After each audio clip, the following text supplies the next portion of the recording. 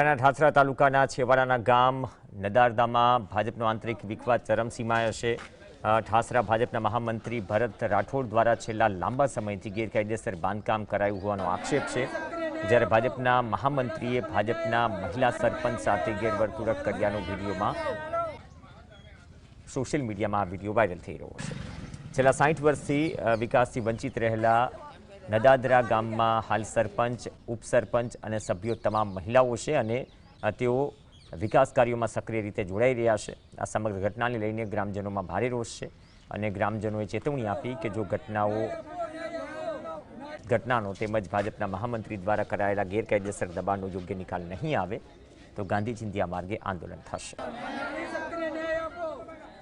વિધાનસભાની મીટિંગ ચાલુ હતી તે અમે બહાર નીકળ્યા તો પછી એ અમને મહામંત્રી જેમ ફાવે તેમ ગાળો બોલતેલો। બીજું શું આગળ વધારાનું? બસ ગાળો અમારી જોડે જે ખોટું વર્તન કર્યું અને અમે કીધું કે અમારા દબાણ કાઢવાનું છે, તો અમને એવું કીધું કે મારું દબાણ નહીં હટે, કે મારું ઘર નહીં હટે। હું ઠાસરા તાલુકા નણંદરા ગામનો વતની છું। હું સરપંચનો પતિ છું।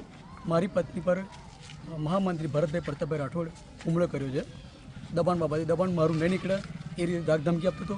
મારી પત્નીને મારી હાજરીમાં જ એમને મારી છે। જો મારી પત્ની સુરક્ષિત ના હોય તો મારે સરપંચ તરીકે હોદ્દો સસાનો કામ નહીં।